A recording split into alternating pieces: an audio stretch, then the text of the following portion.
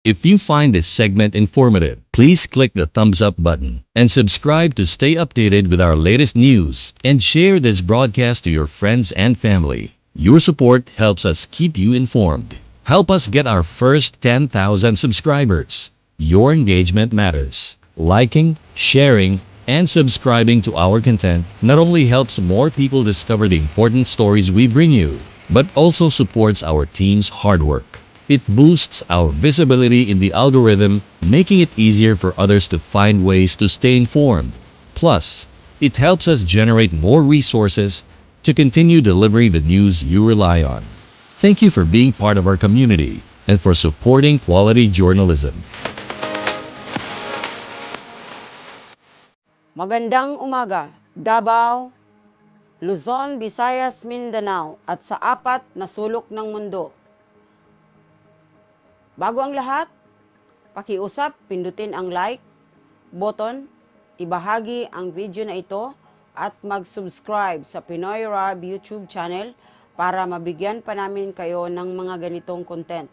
Ako si Mirasol Sibayan Cacho, ang inyong tagapagbalita. Mga ulo ng balita. Ulat panahon. Habagat na nakakaapekto sa Hilaga at Gitnang Luzon. Lokal na balita.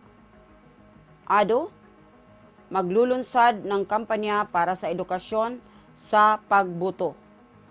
Grupo ng mga tagapagtaguyod ng hayop nagbabala sa panganib mula sa mga asong gala. PRRD, mga larawan ni VP sa NAIA, pinahina ang kaniyang seguridad. Baste sa kinaroroonan ni Kibuloy, hindi ko alam. Pambansang balita. Konsehal ng Bamban, nagsisilbing pansamantalang mayor. Mga kasapi ng Pangulo Parohinog, sangkot sa pagnanakaw sa mga pawn shops sa Cebu City. Balita sa ibayong dagat. Habang nagpapatuloy si Trump sa mga teoryang konspirasyon, pinapayuhan ng mga kaalyado na mag-focus siya sa mensahe. Muling ibinagsak ng Ukraine ang imahe ni Putin na hindi natatalo. Balitang aliwan. Janet Jackson ibinunyag na sina Stevie Wonder, Tracy Chapman at Samuel L. Jackson ay kamag-anak niya. Si Grant Ellis ang bagong bachelor. Balitang pampalakasan. WNBA star Diarika Hamby nagsampa ng kaso laban sa liga at dating kupunan dahil sa umano'y diskriminasyon habang buntis. Real Madrid Vinicius Jr. inalok ng higit sa $1 bilyong para lumipat sa Saudi Arabia ayon sa ulat. Tampok na kwento. Tampok na kwento. Mga alamat sa Pilipinas at US. Trivia.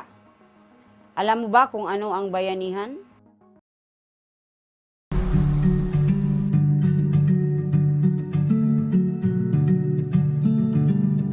Ulat panahon. Habagat ay nakaapekto sa Hilaga at Gitnang Luzon. Rehiyon ng Cordillera, Gitnang Luzon at iba pang bahagi ng lambak ng Cagayan, bahagyang maulap hanggang maulap na kalangitan na may kalat-kalat na pag-ulan o pagkulog at pagkidlat dahil sa habagat.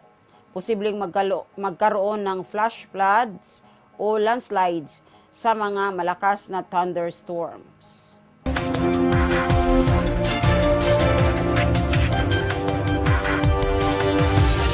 Lokal na balita. ADO, maglulunsad ng Voter Education Drive.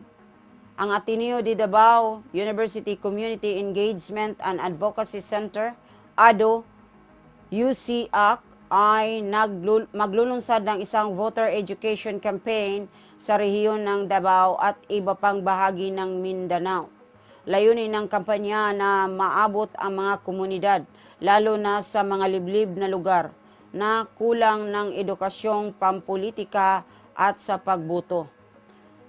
Makikipagtulungan ang ADO-UCAC sa mga lokal na pamahalaan, barangay at civil society groups upang masigurado ang tamang impormasyon. Magsisimula ang kampanya sa Setyembre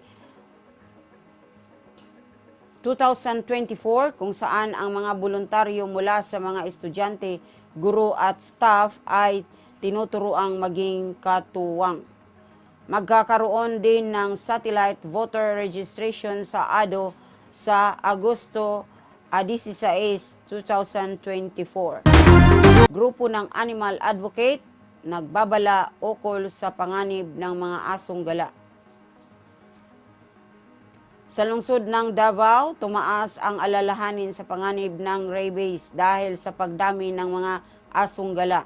Iniulat ni Ruby Bolina na Bantay Hayop Davao na may 8 kumpirmadong kaso ng rabies at 8 hinihinalang kaso mula Desyembre 2023 hanggang Agosto 2024. Ang mga kaso ay kumalat sa iba't ibang barangay na nagmumungkahi ng posibleng pagkalat ng buong komunidad. Bilang diin ni Bolina, ang pangangailangan ng mas malawakang aksyon sa pangangasiwa ng mga asong gala at pagbabakuna laban sa rabies. Kilala ng World Health Organization ang rabies bilang isang sakit na maaaring maiwasan at nag-aalok ang mga lokal na treatment center ng libreng pagbabakuna. FPRRD, ang mga larawan ng VP sa NAIA ay nagkompromiso sa kanyang seguridad.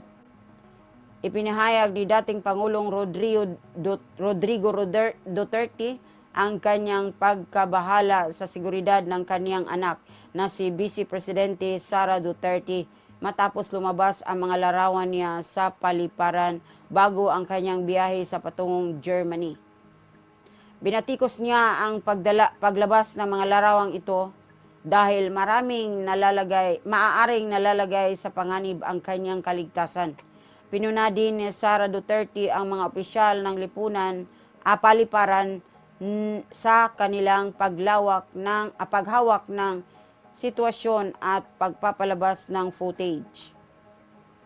Bagamat naganap ang kanyang biyahe sa kasabay ng Super Typhoon Karina, ang kanyang biyahe ay opisyal na aprobado at tuloy-tuloy ang mga relief operations. Sinabi rin ni Duterte na hindi na kailangan ng malawak na seguridad ni Sara dahil wala itong mga malalaking kaaway. Baste sa kinaroroonan ni Kibuloy, hindi ko alam.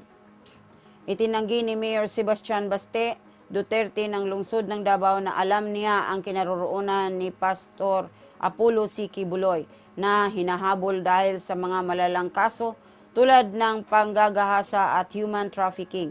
Ayon kay Duterte, maraming nagtago sa ibang bansa, maaaring nagtago na sa ibang bansa si Kibuloy dahil sa kanyang mga kakayahan at yaman. Sa kabila ng malawakang paghahanap ng National Bureau of Investigation, NBI, sa Kingdom of Jesus Christ KOGC facility, nananatiling at large si Kibuloy at kanyang mga kasama. Nag-alok ang Department of the Interior and Local Government DILG ng 10 milyong pesos pabuya para sa impormasyong magtuturo sa kanyang kinaroroonan.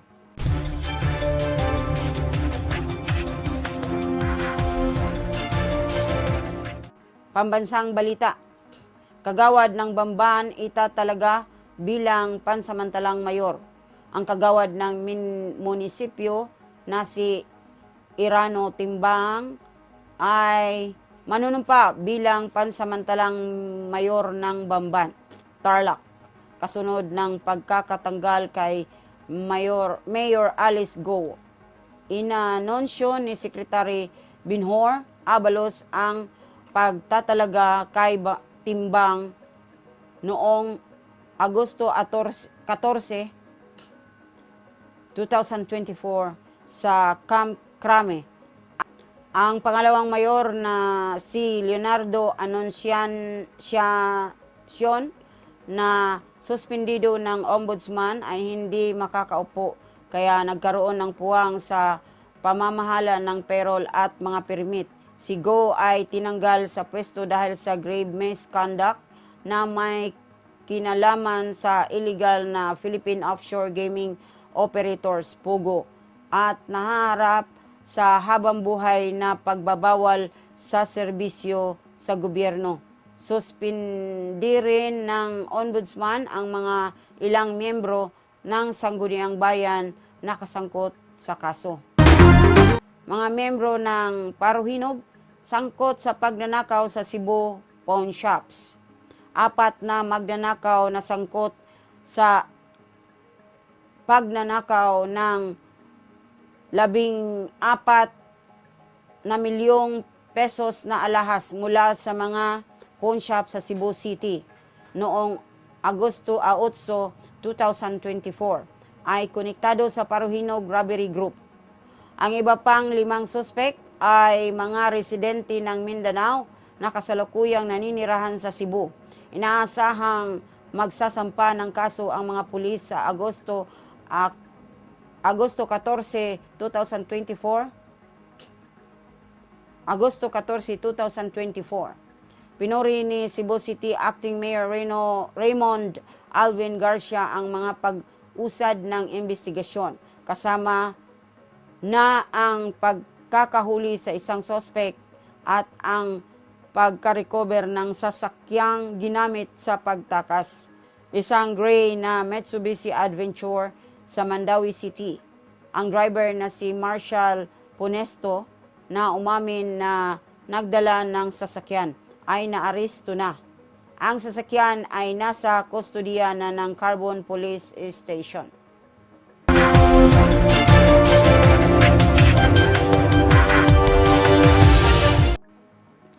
Balita sa ibayong dagat. Habang nahihirapan si Trump at nag-aanyaya ng mga conspiracy, nananawagan ang mga kaalyado na manatili siyang focus sa mensahe. Sa isang interview kay Elon Musk, nahirapan si Donald Trump na panatilihin ang isang malinaw na mensahe para sa kanyang kampanya. Inangkin ni Musk kahit walang ebidensya na ang mga kritiko ni Trump ay sinabotahe ang platform upang matahimik siya. Nagiging aligaga ang kampanya ni Trump, puno ng erratic na kilos, controversial na pahayag at conspiracy theories na nagiging sanhi ng mga pag-alala ng kaniyang mga kaalyado. Sinabi ng mga GOP figures tulad ni na Larry Kudlow at Kellyanne Conway na dapat manatili si Trump sa pagtuon sa pulisiya kaysa sa mga personal na atake. Ang kanyang pagtangkilik sa mga fringe theories at pagkakalat ng maling impormasyon ay nagdudulot ng pangamba sa kanyang kakayahan na epektibong pamumunuan ang kampanya sa pagbabagong political landscape. Ang diskarte ng Ukraine laban sa Russia ay muling sinira ang imahe ni Putin bilang hindi matitinag. Ang kamakailang paglusob ng Ukraine sa rehiyon ng Kursk sa Russia ay muling hinamon ang di umanong hindi na matinag na imahe ng Kremlin. Sa kabila ng mga teknikal na hirap, ang pagpapadala ng mga tropa ng Ukraine sa Kursk ay nagresulta sa malaking tagumpay. Kabilang ang pagkubkob sa 1,000 square kilometers na teritoryo. Ang estratehiyang ito ay pinalakpakan ng mga senador ng US at inilantad ang kahinaan ng depensa ng Russia. Bagamat hindi pa tiyak ang epekto nito frontline ng Ukraine sa frontline ng Ukraine sa Donbas, ang paglusob na ito ay nagbunsod ng muling pagsusuri ng sitwasyon sa Russia. Ang tagumpay ng Ukraine sa Kursk ay maaaring magbigay ng impluwensya sa mga para paparating na usapang pangkapayapaan.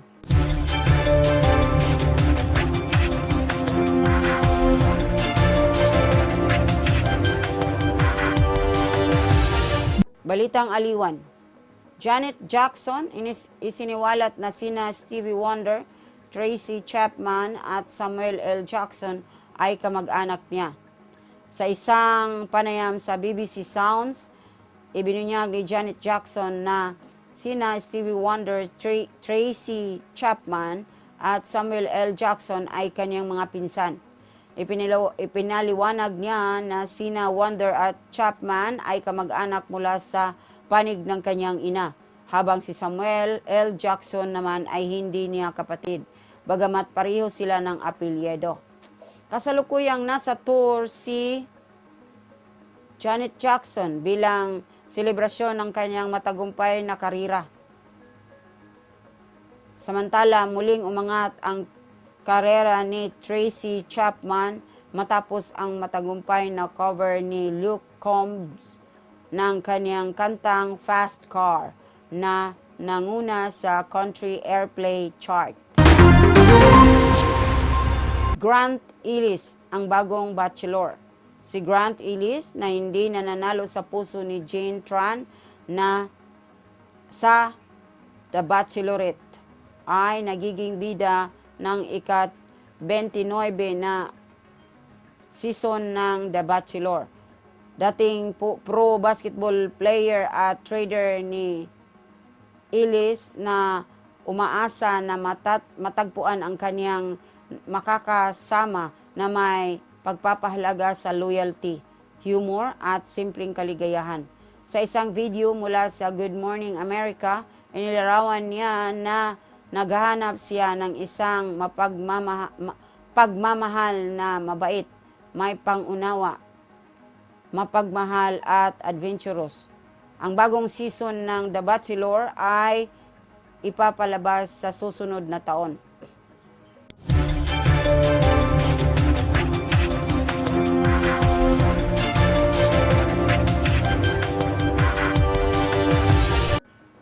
Balitang pampalakasan. NBA isang Diarika Hamby nagsampa ng kaso laban sa liga at sa dating team dahil sa umano'y hindi patas na pagtrato habang buntis. Nagsampa ng kaso si Diarika Hamby, isang 3-time WNBA All-Star, laban sa WNBA at sa kanyang dating team, ang Las Vegas Aces, dahil na di umano'y diskriminasyon at paghihiganti dulot ng kanyang pagbubuntis. Inaakusahan niya ang Aces na ipinagpalit siya sa Los Angeles Sparks noong Enero 2023 dahil sa kanyang pagbubuntis. Hinanap niya ang mga hindi natukoy na danyos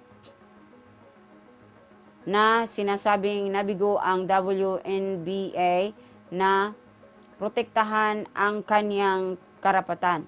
Patuloy pa rin si Hamby sa kanyang tagumpay sa Sparks na kamakailan lamang ay nananalo ng bronze medal sa Olympics. Real Madrid's Vinicius Jr. inalok ng higit na $1 billion upang lumipat sa Saudi Arabia ayon sa mga ulat. Si Vinicius Jr., bituin ng Real Madrid, ay inalok ng napakalaking kontrata upang sumali sa Saudi Pro League, SPL. Ayon sa mga ulat, inalok siya ng 5 taong kontrata na nagkakahalaga ng humigit kumulang $218 milyong bawat season. Kasama ang mga bonus at isang 10 taong ambassador role para sa 2034 World Cup sa Saudi Arabia. Si Vinicius na sumali sa Real Madrid mula sa Flamengo noong 2018.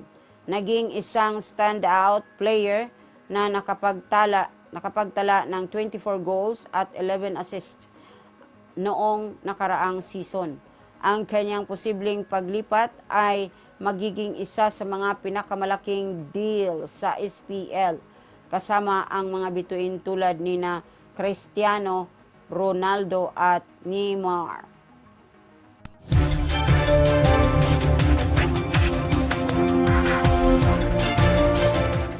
Tampok na balita. Mga alamat sa Pilipinas at Estados Unidos. Sa Pilipinas, kilala ang aswang bilang isang kilalang tauhan sa alamat, sa isang nilalang na nagbabago ng anyo at kumakain ng tao, lalo na ng mga buntis. Ang nilalang na ito ay pinaghalong elemento ng vampira, bruha at ghoul, at sumasalamin sa mga takot at pamahiin ng mga lokal.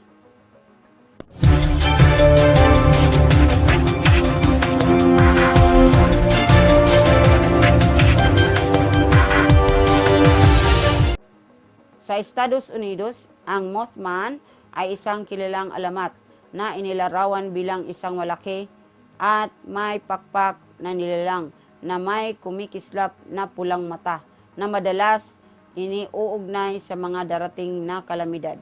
Ang alamat ng Mothman ay nagmula sa West Virginia at naging simbolo ng mga misteryosong pangyayari.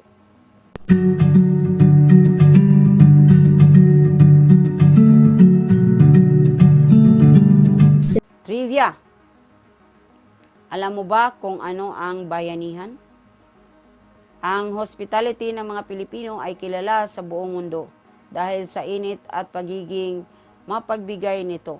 Ang isa sa mga pangunahing aspeto ng hospitality na ito ay ang konsepto ng bayanihan na nangangahulugang pagkakaisa at pagtutulungan ng komunidad.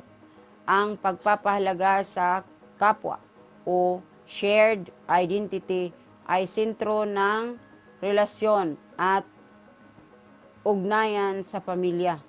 Dahil dito, ang mga bisita sa Pilipinas ay kadalasang nakakaranas ng taos-pusong pagtanggap na nag-iiwan ng malalim na impresyon sa kanilang pagbisita, na nagpapakita ng espiritu ng kabaitan at pagbukas palad. Yan ang ating mga balita para sa araw na ito. Maraming salamat po sa inyong panonood ng video na ito.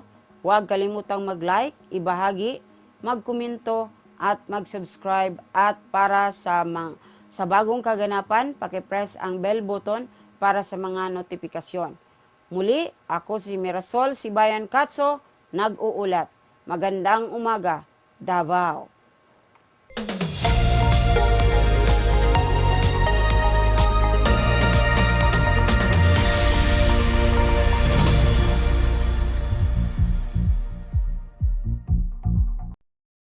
If you find this segment informative, please click the thumbs up button and subscribe to stay updated with our latest news, and share this broadcast to your friends and family. Your support helps us keep you informed. Help us get our first 10,000 subscribers. Your engagement matters. Liking, sharing, and subscribing to our content not only helps more people discover the important stories we bring you, but also supports our team's hard work. It boosts our visibility in the algorithm, making it easier for others to find ways to stay informed. Plus, it helps us generate more resources to continue delivering the news you rely on. Thank you for being part of our community and for supporting quality journalism.